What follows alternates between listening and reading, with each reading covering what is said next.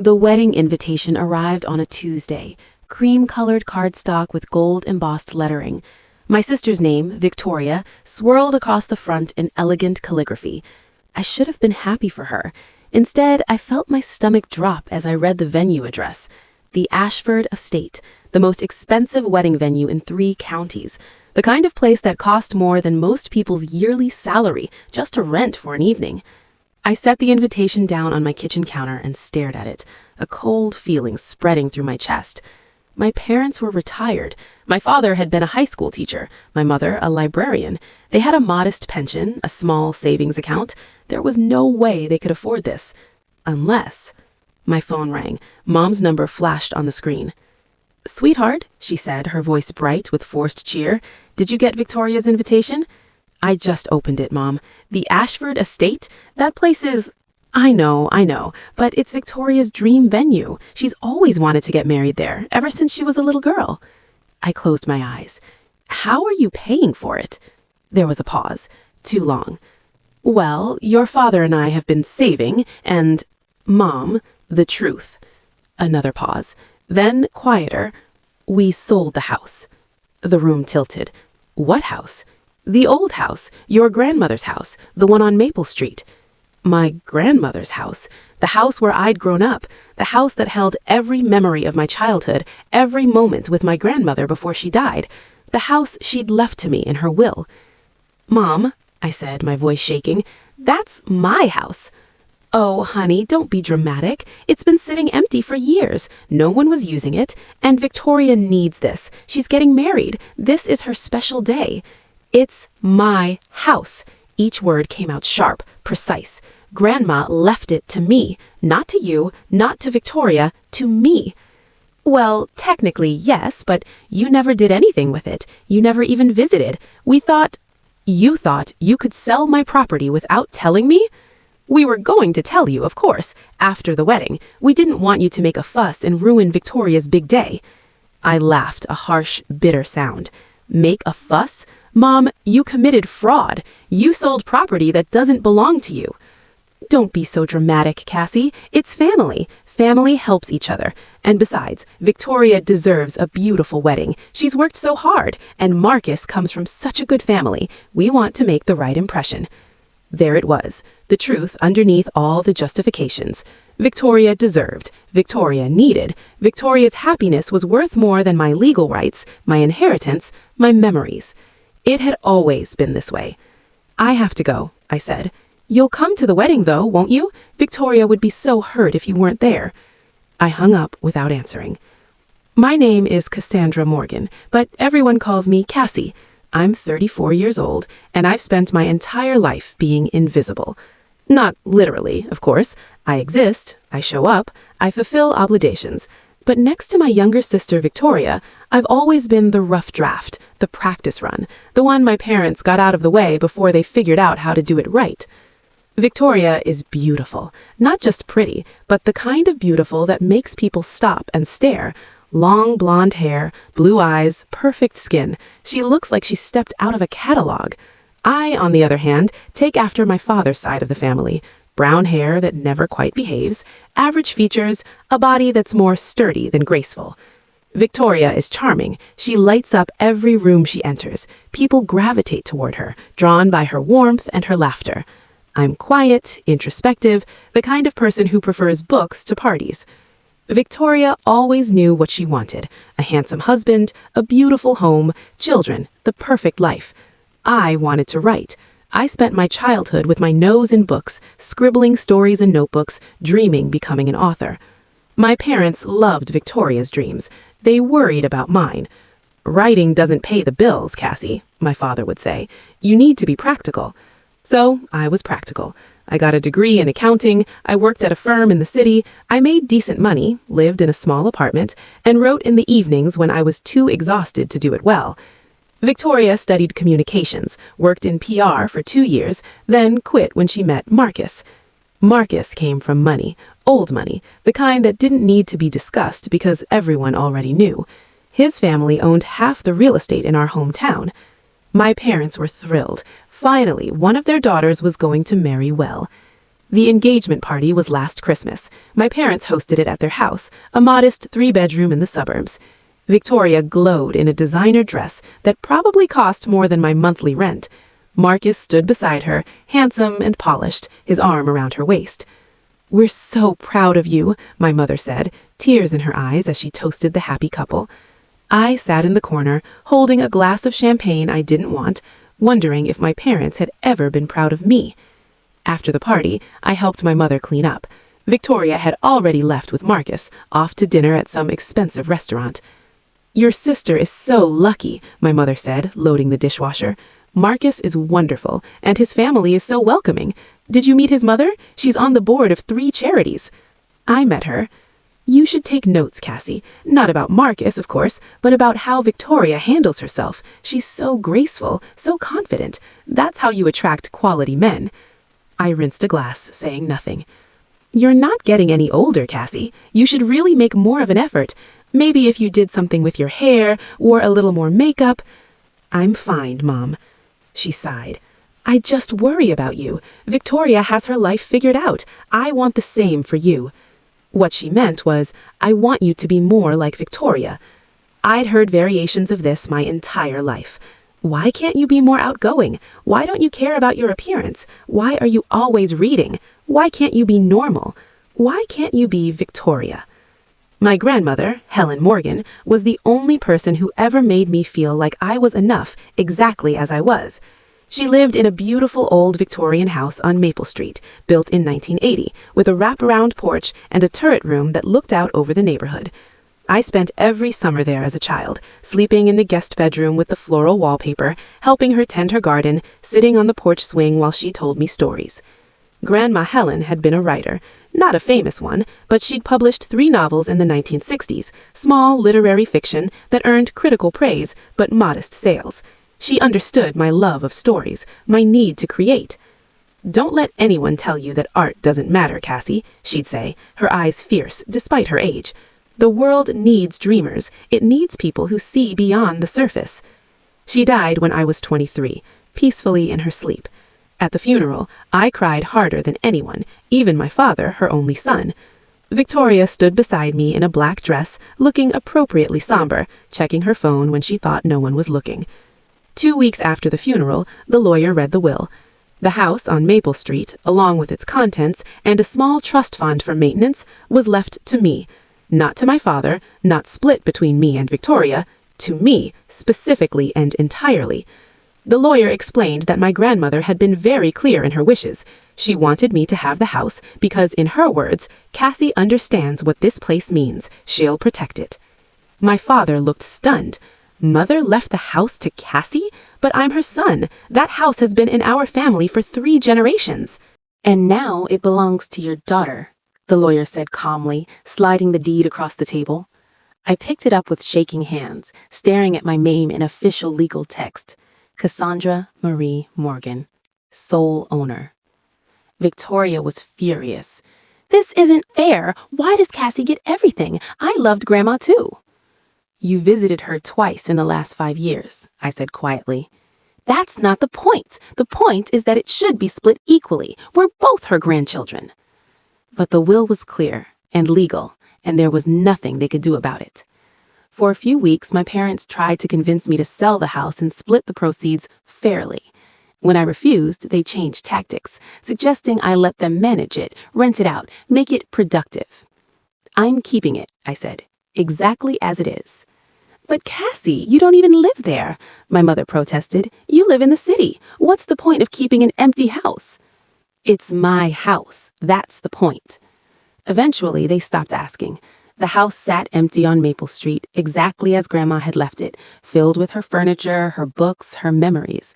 I visited every few months, walking through the rooms, sitting in her chair, feeling close to the only person who'd ever truly understood me. I couldn't bring myself to move in, not yet. My job was in the city, and somehow, living there felt like I'd be disturbing something sacred. But I paid the property taxes, the utilities, the insurance.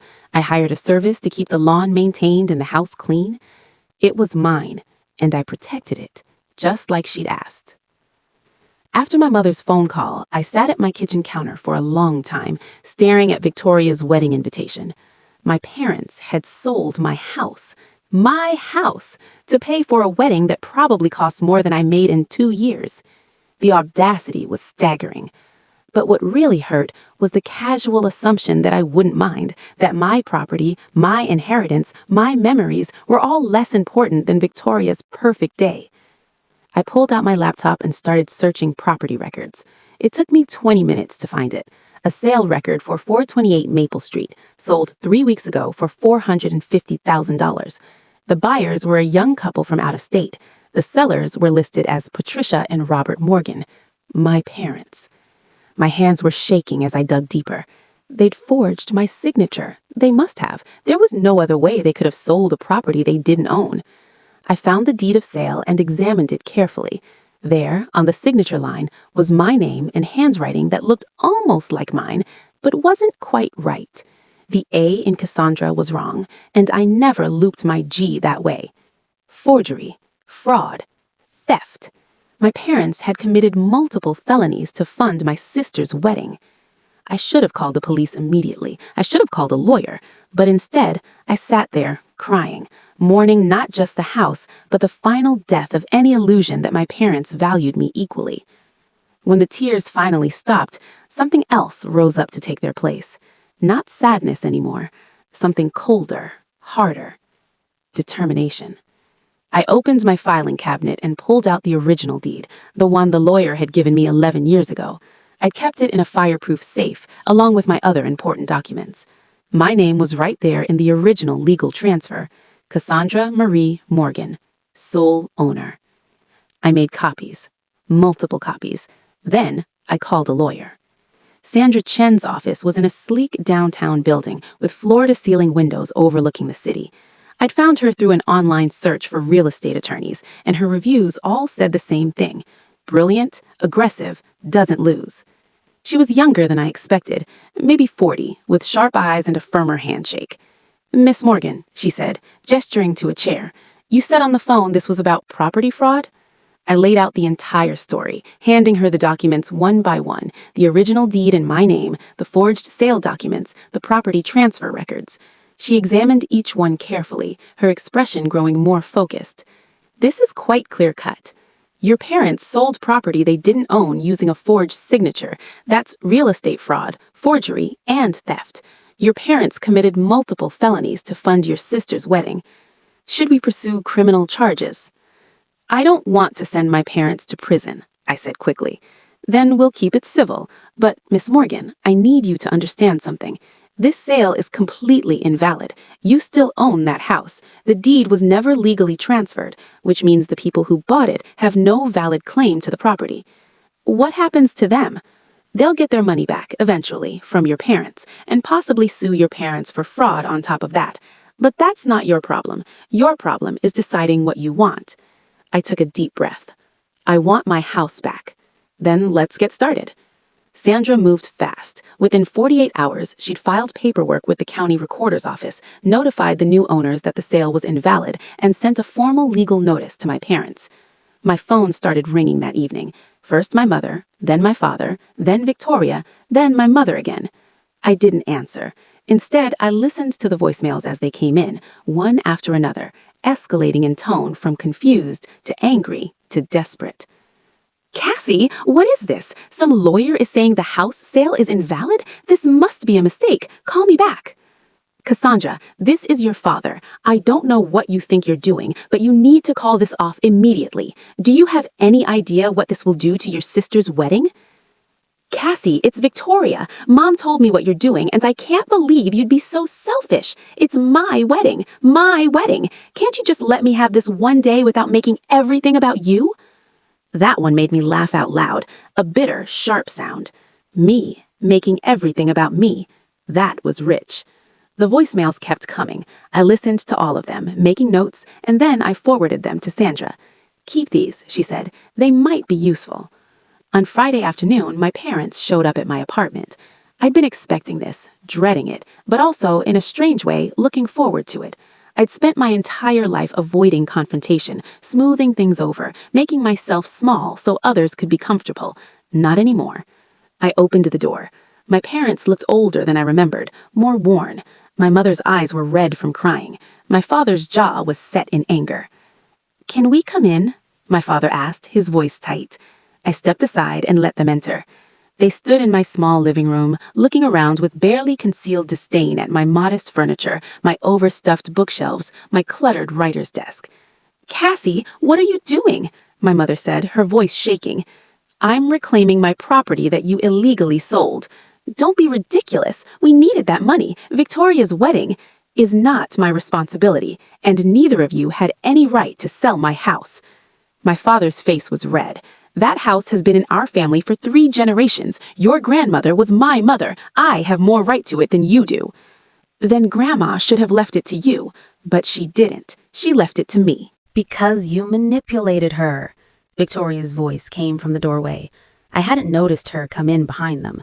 She stood there in yoga pants and a designer jacket, her perfect hair pulled back in a ponytail, her face twisted with rage. "You spent all that time with her playing the good granddaughter so she'd leave you everything." "I spent time with her because I loved her," I said, "which is more than you ever did." "How dare you?" "No," I said, my voice rising. "How dare you? How dare all of you? You sold my house, you forged my signature, you committed fraud, and now you're acting like I'm the bad guy for wanting my property back?" "It's just a house," my mother said desperately. "Just an old house. Victoria's wedding is more important." "To you," I said. "Victoria's wedding is more important to you. Victoria's happiness is more important. Victoria's life is more important. It always has been." "That's not true." "Yes, it is." I was shaking now, years of swallowed hurt finally spilling out. "My entire life, you've made it clear that she matters more. She's prettier, she's more charming, she's easier, she's everything you wanted in a daughter. And I'm, what, the practice run? The disappointment?" "Cassie, you're being hysterical," my father said. "I'm being factual. When Victoria wanted to study communications, you supported her. When I wanted to study creative writing, you told me to be practical. When Victoria wanted to quit her job to focus on her relationship, you said she was following her heart. When I wanted to take time off to finish my novel, you said I was being irresponsible." My mother's face crumpled. "We just wanted what was best for you." "No. You wanted me to be easier, less complicated, more like Victoria. But I'm not Victoria. I never will be. And Grandma knew that, and she loved me anyway. She left me that house because she knew I would value it, protect it, understand what it meant." "We can fix this," my father said, trying a different tact. "We'll pay you back. After the wedding, we'll find a way to reimburse you for the house's value. We'll work something out." "With what money?" I asked. "You just spent $450,000 on a wedding. You have nothing left." The silence was damning. Victoria stepped forward, her eyes bright with tears. "Cassie, please, I'm begging you. Don't ruin my wedding. Don't take this away from me. I've dreamed about this my entire life." "Then you should have saved for it yourself, like an adult." "I can't believe you're being so selfish." The word hung in the air between us. Selfish. Me. The daughter who'd spent her entire life being practical, responsible, invisible so Victoria could shine. "Get out," I said quietly. "Cassie, get out of my apartment now, and don't contact me again unless it's through my lawyer." The next few weeks were brutal. My parents tried everything. Guilt, anger, pleading, threats. Extended family members started calling. People I hadn't heard from in years, all telling me I was being unreasonable, that family was more important than property, that I needed to think about Victoria. My Aunt Sarah called and lectured me for 20 minutes about forgiveness and family values. My cousin Mike sent a long text about how I was destroying family unity over money. My mother's best friend, Carol, whom I'd known since childhood, left a voicemail saying she was disappointed in me. Not one of them acknowledged that my parents committed fraud. Not one of them asked how I felt about my inheritance being stolen. The only person who did call to support me was my grandmother's sister, my great-aunt Dorothy, who was 92 and living in a nursing home. "Your grandmother would be proud of you," she said, her voice thin but fierce. "You know what your parents were like. Why do you think she left the house only to you? She was protecting it. Don't you let them bully you into giving up what's yours." "But the wedding," I said. is Victoria's problem, not yours. That girl has been spoiled her entire life. About time she learns that actions have consequences. Sandra kept me updated on the legal proceedings. The new owners of the house, a couple named David and Jennifer Walsh, were understandably upset when they learned the sale was invalid. They'd put down $450,000, taken out a mortgage, and started making plans to move in. Now they're facing months of legal complications to get their money back. They're suing your parents, Sandra told me, for fraud, for their legal fees, and for the money they've lost on their current housing while this gets sorted. It's going to get ugly. I feel terrible for them, I said. You should, but this isn't your fault. Your parents did this. The property was officially returned to my name 2 weeks before Victoria's wedding. The Walshes never actually moved in, thank God, so everything was still as I'd left it. I walked through the room slowly, touching my grandmother's furniture, her books, her things.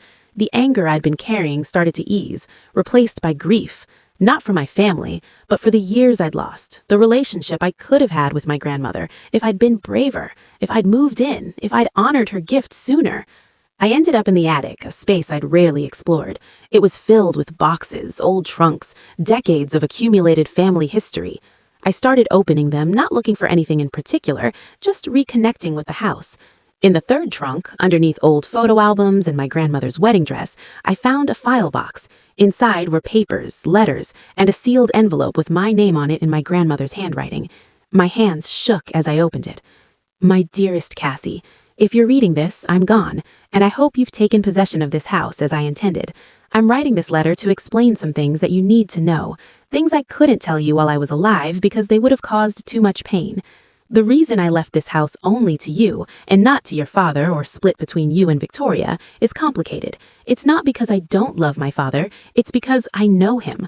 I know his weaknesses, and I know how much he and your mother favor Victoria.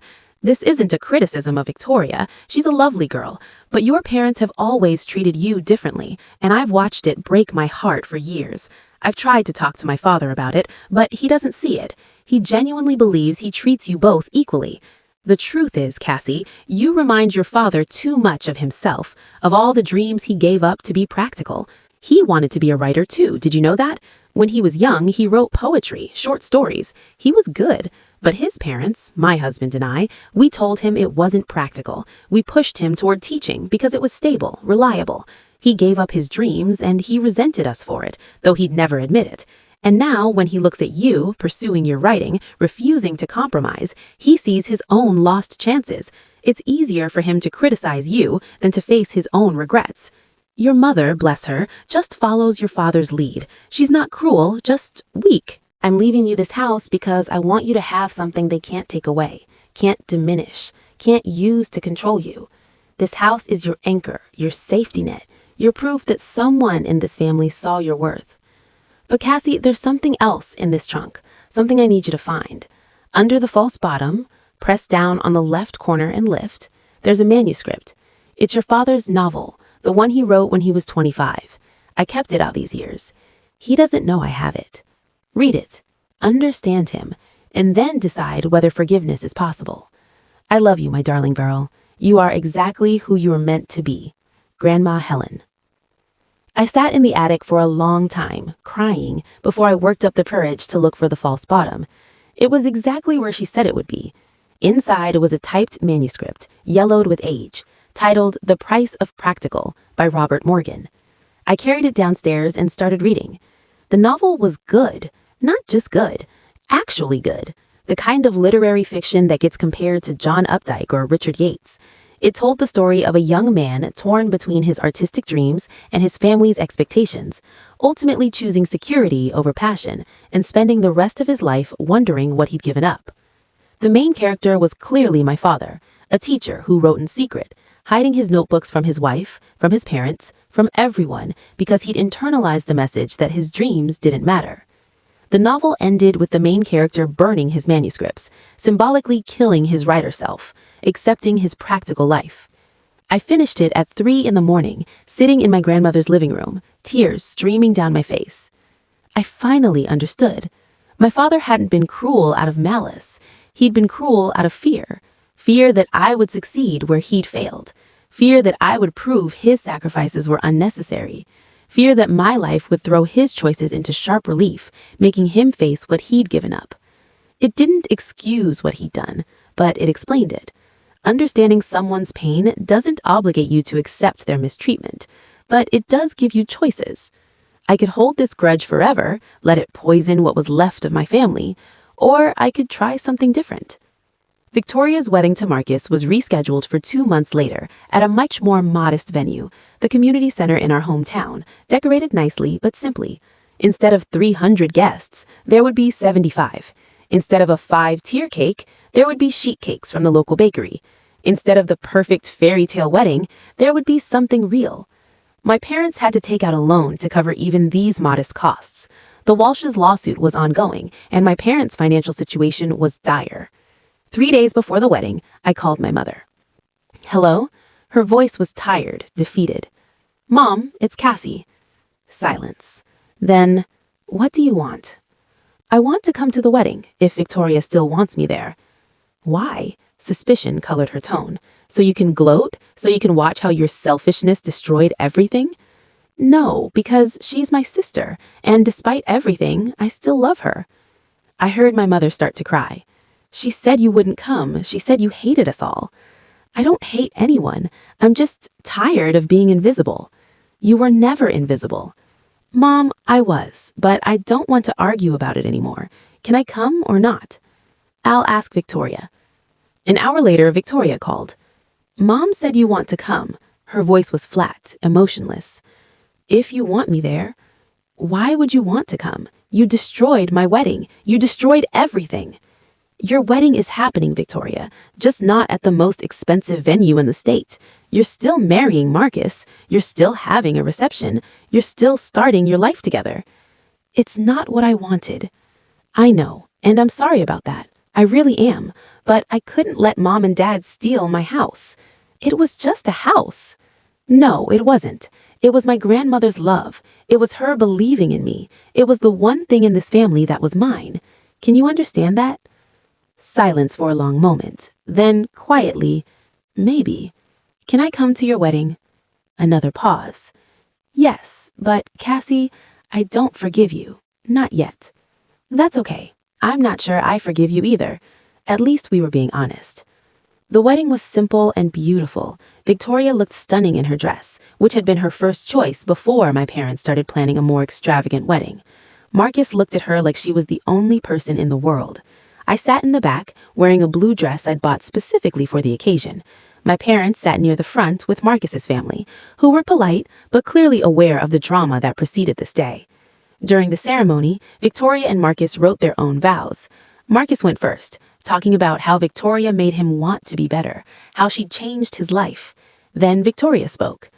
"Marcus, when we got engaged, I had this vision of a perfect day, the perfect venue, the perfect dress, the perfect everything.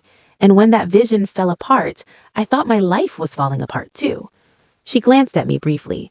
"But the truth is, none of those things mattered. What matters is standing here with you, promising to build a life together. What matters is the people who love us being here to witness it. What matters is real, not perfect." Her voice cracked. "I've spent my whole life chasing perfect, and I'm realizing now that it doesn't exist, that maybe what I really need is just real." She turned back to Marcus, tears streaming down her face. "You're real. This love is real. That's enough." I found myself crying too, not out of sadness, but out of hope that maybe, just maybe, my sister was finally starting to understand. At the reception, I stayed at my table, drinking punch and watching Victoria and Marcus dance. A few relatives came over to make awkward small talk, carefully avoiding mentioning the house, or the drama, or anything that mattered. Then my father approached. "Cassie, can we talk?" We walked outside to the parking lot, away from the noise and the lights. The evening air was cool, stars visible overhead. "I owe you an apology," he said, not meeting my eyes. "What you and Mom did, selling your house, it was wrong. Not just legally wrong, but morally wrong. We had no right." "No, you didn't." I told myself we were doing it for Victoria, that family was more important than property. But the truth is, he finally looked at me. "The truth is, I resented that house being yours. I resented my mother choosing you over me." She didn't choose me over you, Dad. She gave me the house because she knew I'd protect it, because she knew you and Mom would push me to sell it, use it, make it productive, instead of letting it be what it was, a home. He nodded slowly. You're right. We would have. I took a breath. Dad, I found something in the attic. Grandma left me a letter, and in it, she told me where to find your novel. His face went white. What novel? The Price of Practical. I read it. It's really good. You had no right. He stopped, hearing how absurd that sounded after what he'd done. I understand now, I said quietly, why you've been so hard on me, why you couldn't support my writing. You gave up your dreams, and watching me pursue mine was like watching someone take the path you were too afraid to take. His eyes filled with tears. It was easier to tell you that you'd fail than to face that I'd given up without trying. I know. I'm sorry, Cassie. For all of it. For the house, for the way I've treated you, for making you feel less important than your sister. You're not. You're just harder for me to understand. Because I'm like you, I said. Or like who you wanted to be. He nodded, crying openly now. I'm so sorry. I hugged him. This man who'd hurt me so deeply, who was finally seeing me. I forgive you, I whispered. But things have to change. You have to see me, really see me. And you have to stop putting Victoria's wants above my needs. I will. I promise. I'll try. That's all I'm asking. I moved into my grandmother's house in the spring. I kept my job in the city, but started working remotely 3 days a week, commuting for the other 2. The house filled slowly with my things. My books, my notebooks, my laptop, my life. I set up a writing studio in the turret room, the one with windows on all sides and light pouring in. Every morning I made coffee and sat at my grandmother's old desk and wrote. My first novel, the one I'd been working on for years, sold to a publisher in June. It wasn't a huge deal, but it was real, legitimate, mine. My editor said it reminded her of literary fiction from the 1970s, character-driven and contemplative. When I told my father, he cried. I'm so proud of you, he said. Your grandmother would be too. I know, I said. He'd started writing again, just for himself, poetry in the evenings after work. He showed me some of it, hesitantly, like a student seeking approval. It was good. Raw and honest and good. Keep going, I encouraged him. Don't stop this time. My relationship with Victoria was still complicated, but it was evolving. She and Marcus had moved into a smaller house, something they could actually afford. She'd gone back to work part-time, and I could see her struggling with the reality of married life, of bills and compromises and imperfection. We had coffee once a month. Awkward at first, but getting easier. She asked about my book, I asked about her life. We were learning how to be sisters instead of rivals. My mother still favored Victoria, probably always would, but she tried now to include me, to ask about my writing, to value my choices, even if she didn't understand them. It wasn't perfect, but it was real. And real, I was learning, was better than perfect anyway. One Saturday afternoon, I was going through more boxes in the attic when I found something else. A legal document dated 3 months before my grandmother died. It was a transfer of property, but not the one I knew about. This one showed that my grandmother had technically put the house in a trust with me as the sole beneficiary years earlier, not just in her will. There was a letter attached, addressed to my parents, Patricia and Robert. By the time you read this, I'll be gone. I want to explain why I've structured the house this way.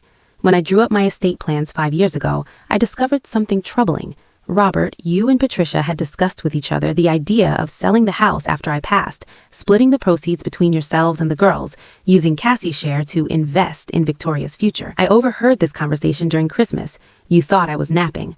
I realized then that if I left the house in my will in the normal way, you would find a way to pressure Cassie into selling, and she'd give in because she always gives in to you.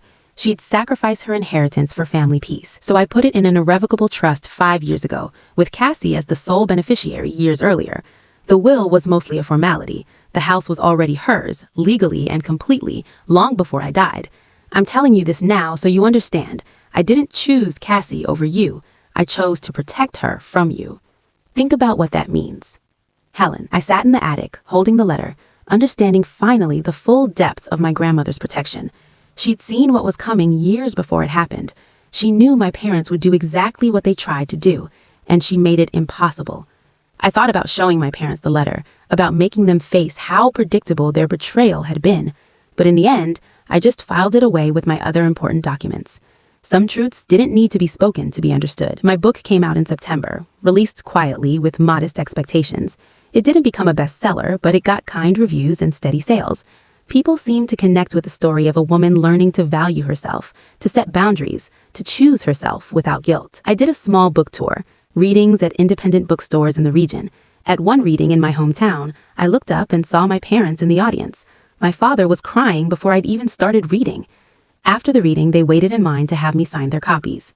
To Dad, I wrote in his, who gave me the gift of knowing what not to sacrifice. With love, Cassie. To Mom, who's learning to see both her daughters. Thank you for trying. Love, Cassie. Victoria came to a reading too, bringing Marcus. She sat in the front row, listening intently. Afterward, she hugged me tightly. I get it now, she said. Why the house mattered so much. Why you had to fight for it. It was never about the money or the property. It was about being seen. Yes, I said, surprised she understood. I'm sorry I didn't see it before. I'm sorry I called you selfish. I'm sorry your perfect wedding got derailed. She laughed. It wasn't perfect, but it was better. Real instead of performed. Marcus and I are actually happy instead of stressed and broke trying to maintain some image. I'm glad. And Cassie, I'm proud of you. Not just for the book, but for standing up for yourself. For teaching me that it's okay to have boundaries. We stood there, two sisters who'd spent years being pitted against each other, finally seeing each other clearly. Want to go coffee? Victoria asked. I'd like that, I said. I'm writing this from the turret room, sunlight streaming through the windows, my grandmother's garden visible below. The house is alive again, filled with my friends, my writing group, dinner parties, and laughter. My second novel is with my editor. This one is about two sisters learning to love each other after a lifetime of competition. Victoria beta read it and cried. My parents visit once a month for Sunday dinner. My father and I have long conversations about writing, about craft, about the courage it takes to create. He's working on a memoir about the choices he made and the lessons he learned too late. My mother gardens with me, teaching me the things my grandmother taught her. We don't talk about the past much, but we're building something new. Victoria and Marcus come over for game nights. She's pregnant now, expecting a daughter in the spring. She asked me to be the godmother. I want her to have an aunt who'll teach her to stand up for herself, she said. An aunt who'll show her that being smart and strong and different is okay. I said yes. The house on Maple Street, my grandmother's house, my house, stands as it has for over a century, a testament to protection, to love, to one woman's determination to give her granddaughter what she needed most, proof that she mattered. People ask me sometimes if I regret the conflict, if I wish I'd just let my parents sell the house to avoid the drama. The answer is simple, no. Because the house was never just a house. It was my inheritance, yes, but more than that, it was my grandmother telling me, across death itself, that I was worth protecting, that my dreams were valid, that I deserved to be chosen. And when my parents tried to take that away, when they proved they valued Victoria's wants over my rights, I finally learned to choose myself. That's not selfishness, that's survival. That's self-respect. That's the beginning of healing. Every evening I sit on the porch swing where my grandmother and I used to sit, and I read or write or just watch the neighborhood settle into night. And I feel her here, proud of me, proud that I fought for what she gave me. I think she always knew I'd have to fight. That's why she made it legally impossible for them to take it without my permission. She gave me the house, but more than that, she gave me permission to value myself. And that was the real inheritance. If you've ever had to fight for what was rightfully yours, or if you've ever been treated as less important than a sibling, share your story below. And don't forget to subscribe for more stories of standing up for yourself, setting boundaries, and reclaiming your power.